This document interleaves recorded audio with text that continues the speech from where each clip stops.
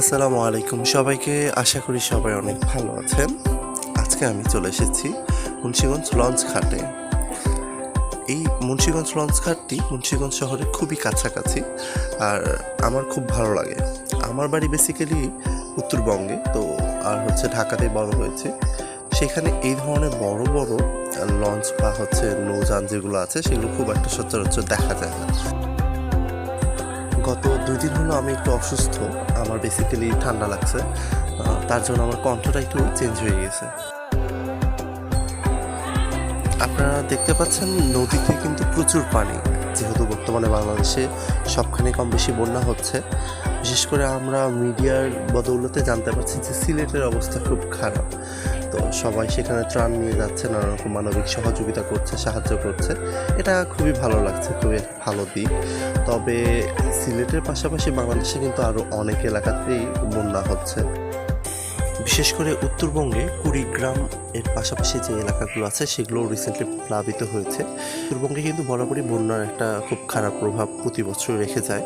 আমাদের সিলেটে তো এবার নতুন করে আসলো। তো আমি আশা করব সবাই সিলেটের পাশাপাশি উত্তরবঙ্গের এই এলাকাগুলোর দিকেও নজর দেবে, কারণ সিলেটের আর্থিক অবস্থার থেকে এদের আর্থিক অবস্থা অনেক বেশি খারাপ।